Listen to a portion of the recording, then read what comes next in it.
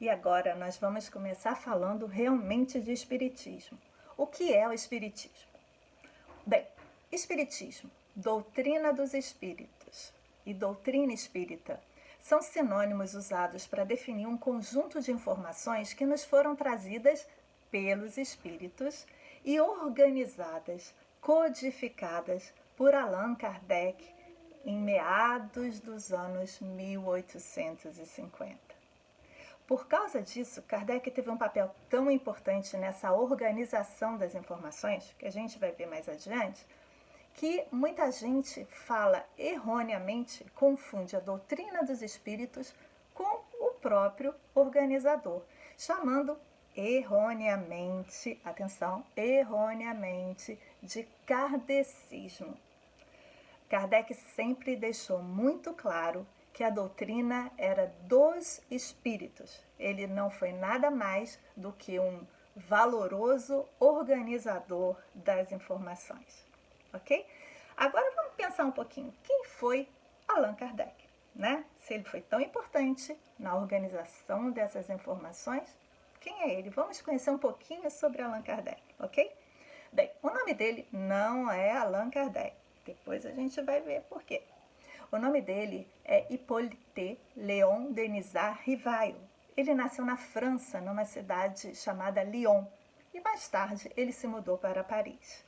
Bem, quando ele era jovem, ele sempre foi diferente, estudioso, né? Muito sério, levava as coisas a sério. E ele estudou com um educador francês, na época, que era muito...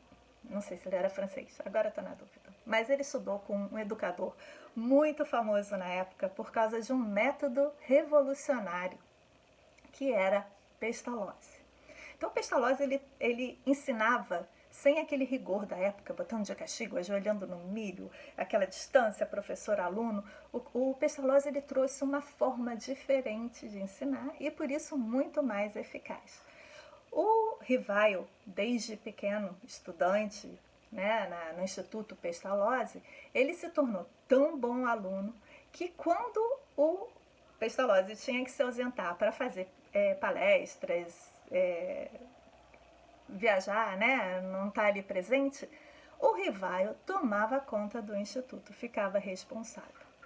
Bem, mas ele teve uma formação assim tão boa e ele se tornou um professor muito famoso na França. Ele era extremamente respeitado e pela seriedade das suas colocações, o seu bom senso. Ele tinha muitos livros na área de pedagogia, de matemática e de ciências. Muito conhecido, muito famoso. Ele era casado, não teve filhos e dedicou a vida toda à arte de ensinar. Um dia, vou contar uma historinha aqui para vocês. Em meados de 1855, ele foi convidado por um amigo para ir conhecer um fenômeno que estava tomando conta, um mau bochicho nos salões, nas festas parisienses. Era uma chamada manifestação de mesas girantes. O Rivail, que não era muito afeto assim, a festas, né? Ele gostava mais de estudar, ficar em casa, em família, sempre muito sério, né? Ele relutou um pouquinho porque ele não queria esse negócio de festa. Mas esse amigo insistiu muito que ele tinha que ver aquele fenômeno, mesas falando e dando respostas. Depois de muito insistir, ele foi e ele teve o primeiro contato com essa manifestação. Deixa eu contar para vocês um pouquinho como é que era esse negócio de mesas girantes. Bem, naquela época, né, não tinha muita forma de diversão. E as pessoas se divertiam em saraus, em festas. Umas iam na casa das outras, alguém dava uma festa, ia todo mundo para lá. E as festas eram sempre regadas a champanhe, vinho, francês, hein? Ó. Assim, no final da festa, sempre acabava e o pessoal já estava assim meio cansado, né? Já tinha fofocado tudo, então eles acabavam fazendo jogos de salão, que eram chamados na época. E um dos jogos de salão favoritos ali do pessoal começou a ser evocar essas mesas que falavam e davam respostas. Então pessoal sentava em volta de uma mesa, geralmente às vezes até uma mesa pequenininha com 3 pés, e eles começavam a fazer perguntas para as mesas. E essas mesas subitamente ganhavam vida, se mexiam, rodavam, levantavam, batiam o pé no chão, né, fazendo barulhos. E eles começaram a perceber, né, esse pessoal, né, das festas, começaram a perceber que essa mesa podia responder perguntas. Então eles convencionaram, né? Uma batida, sim. 2 batidas, não. E eles faziam perguntas tipo, eu sou bonito, eu vou casar, tô sendo traído, vou arrumar um emprego, eu devo ou não devo vender minha propriedade. Faziam perguntas assim bem bobinhas e as mesas respondiam e com relativo bom senso, né? E relativa verdade. Então isso começou a fazer muito sucesso e não havia festa na sociedade parisiense que não acabasse numa boa sessão de mesas girantes. Isso foi ganhando fama e as pessoas corriam para ver e começavam a querer resolver a vida delas com as respostas das mesas girantes.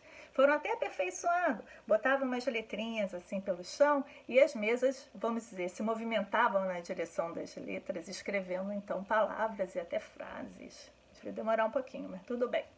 Bem, então ele chegou lá e a primeira coisa que o Rivaio observou foi o seguinte: mesa é feita de tábua de madeira, não é nem madeira viva, é madeira morta. Então, matéria inerte. Não pode ter vida, não pode responder perguntas e não pode responder de forma inteligente. Então, tem alguma coisa por trás disso. Se a resposta é inteligente, quem está respondendo deve ser inteligente também. Ele começou a observar esse fenômeno, mas não da ótica daquele curioso que queria só se divertir. Ele começou a querer desvendar o que estava por trás disso. Então, eles, além de não ficar participando disso nas festas, eles começaram, ele e uns amigos, né, esse amigo que o levou e outros amigos sérios que ele tinha, começaram a fazer sessões privativas, né, em locais de estudo, para ver o que estava por trás desses fenômenos. E eles começaram a ver que eram exatamente individualidades inteligentes que davam as respostas. E individualidades que não estavam mais no mundo dos vivos, né? Então, vamos lá. Então, eles chegaram à conclusão, me perdi aqui, que eram espíritos que davam essas respostas. Aí você vai se perguntar, que são espíritos? Bem, primeira coisa que eu vou te dizer é o seguinte: espíritos somos todos nós, né? Todos nós que pensamos, sentimos, temos vontade, temos livre-arbítrio e temos inteligência, somos espíritos, criados por Deus, à sua imagem e semelhança, e que um dia chegaremos à perfeição moral. Todos nós fomos criados no mesmo ponto de partida, simples e ignorantes de tudo, com tudo para aprender, tanto no aspecto moral quanto no aspecto intelectual. Ou seja, Deus não faz diferença entre cada um de nós da sua criação.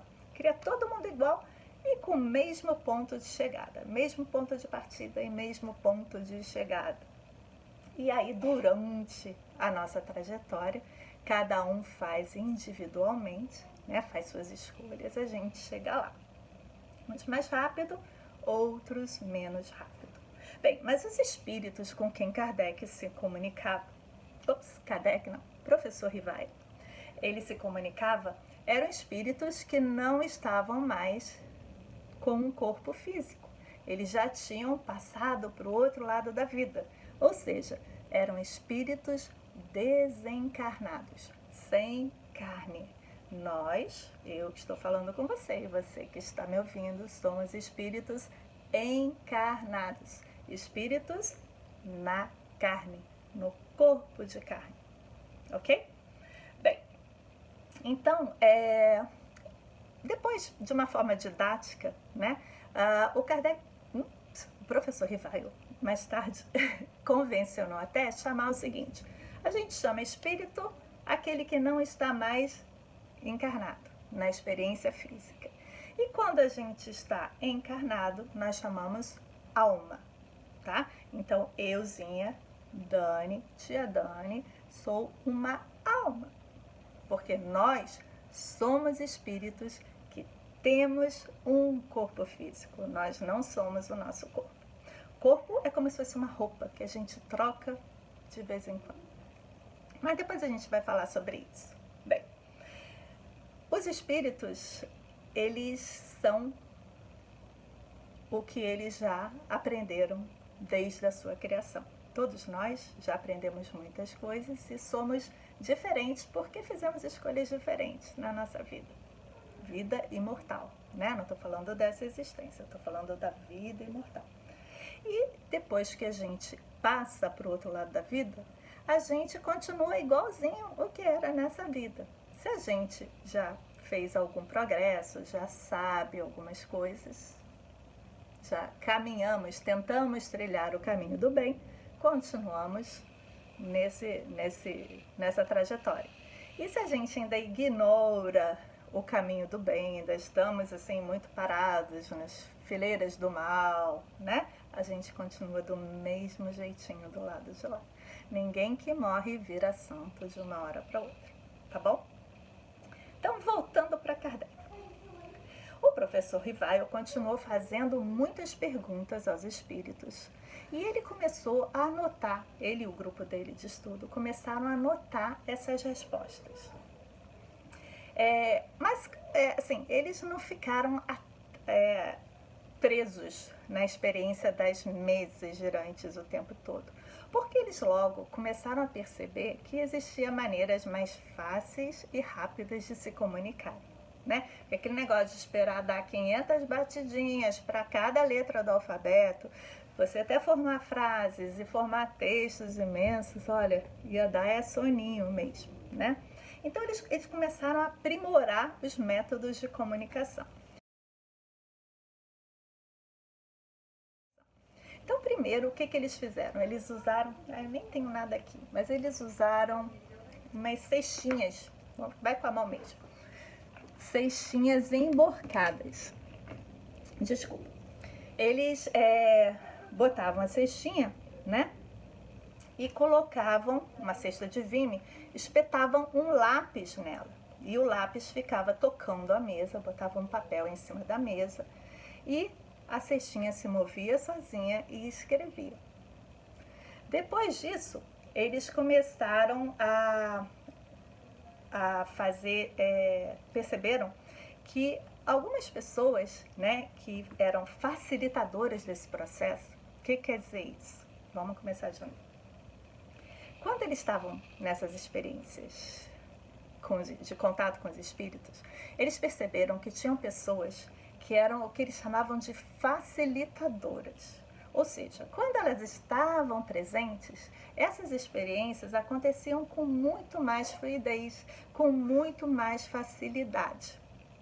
Então, eles viram que essas pessoas, elas funcionavam bem como intermediários. E depois eles perceberam também que essas mesmas pessoas que eram facilitadoras das comunicações, elas podiam segurar o lápis e escrever quase que inconscientemente ou mecanicamente, né, a mensagem do espírito diretamente no papel. Não precisava mais da cestinha. E depois, aperfeiçoando mais ainda, eles perceberam que algumas pessoas tinham a capacidade de captar a mensagem do espírito e deixar o espírito usar seu aparelho vocal para se comunicar. Nas famosas, né? Depois a gente vai ver isso também, erroneamente chamadas de incorporações. Não é incorporação não, porque dois objetos não ocupam o mesmo espaço, dois. Então, deixa pra lá. Mas depois a gente vai ver como é que isso acontece. Mas conseguiam os espíritos falarem através delas. Então, ele deu o nome né, a esses facilitadores de médiums. Por quê? Porque os médiums funcionavam como intermediários dos encarnados com os espíritos desencarnados.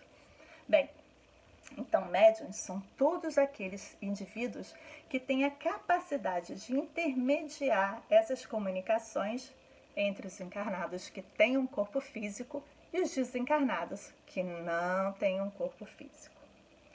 Mas aí eu até te pergunto, esse negócio de se comunicar direto com a pessoa falar ou a pessoa escrever, será que é fake?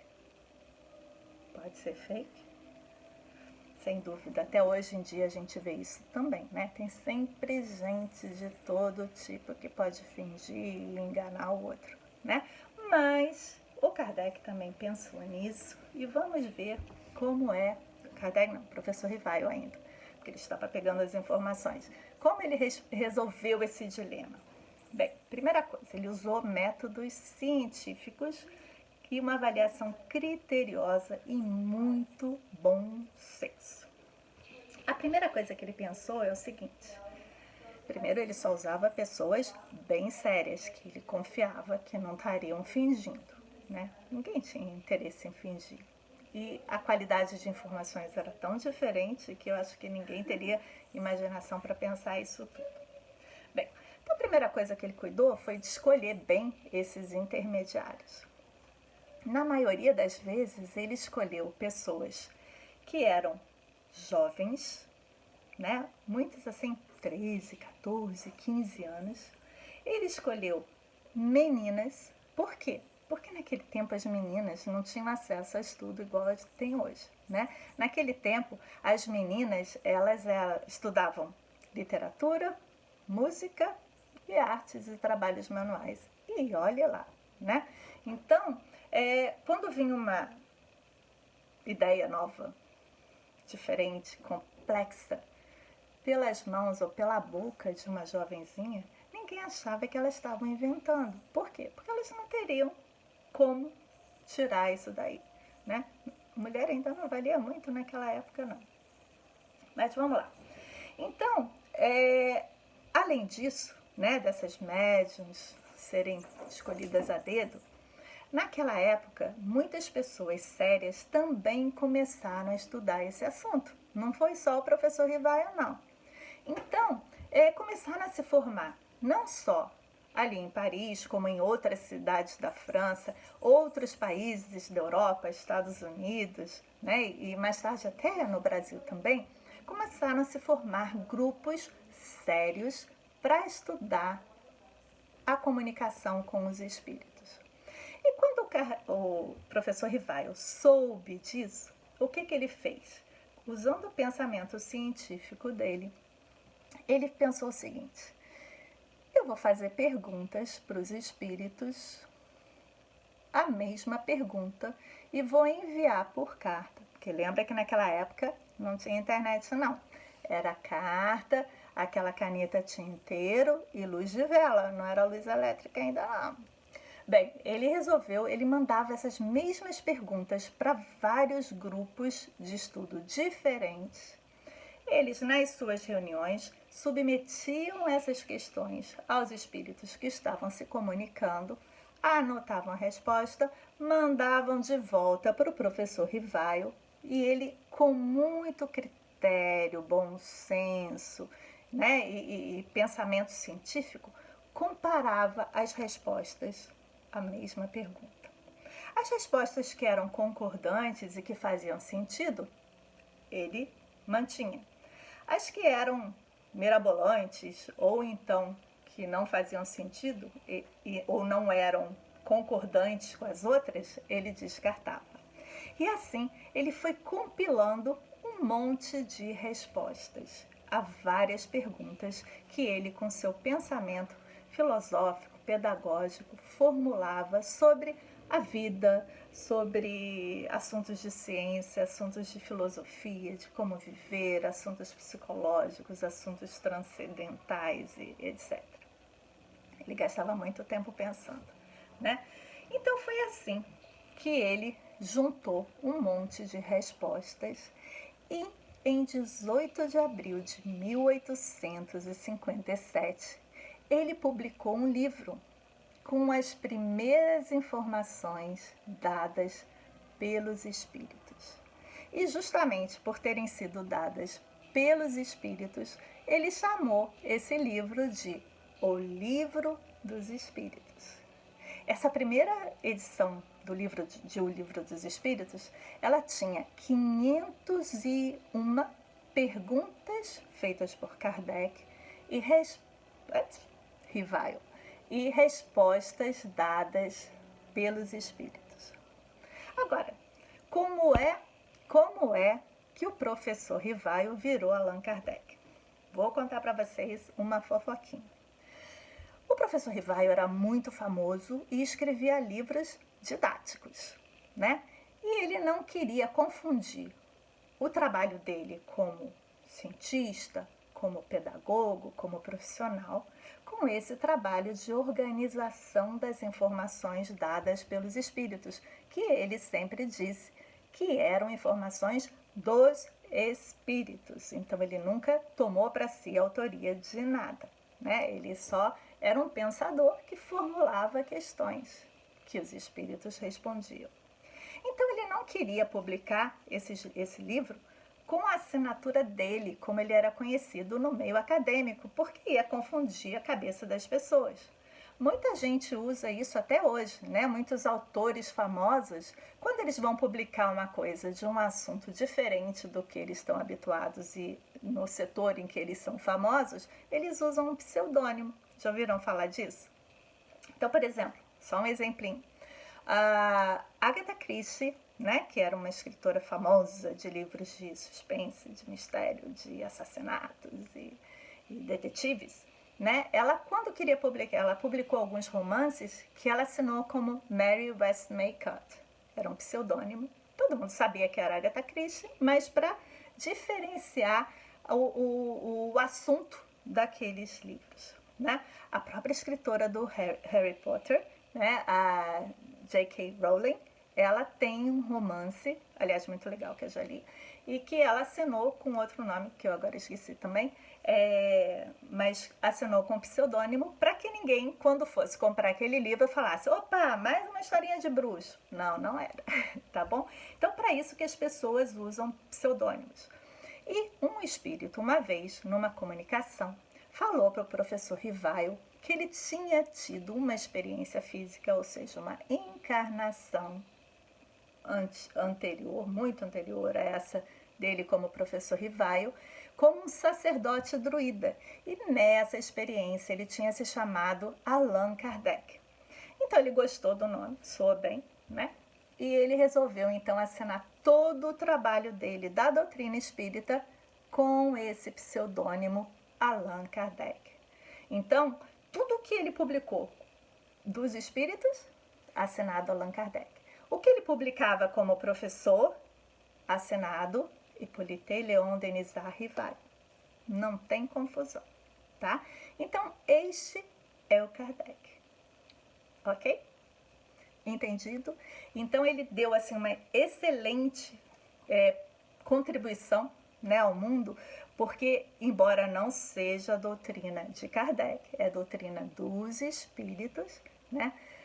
Kardec teve um papel fundamental por ser o que ele era, uma pessoa de pensamento crítico, extremamente organizada, extremamente racional e de bom senso, e ele que estruturou, né, o corpo da doutrina como é apresentada para a gente.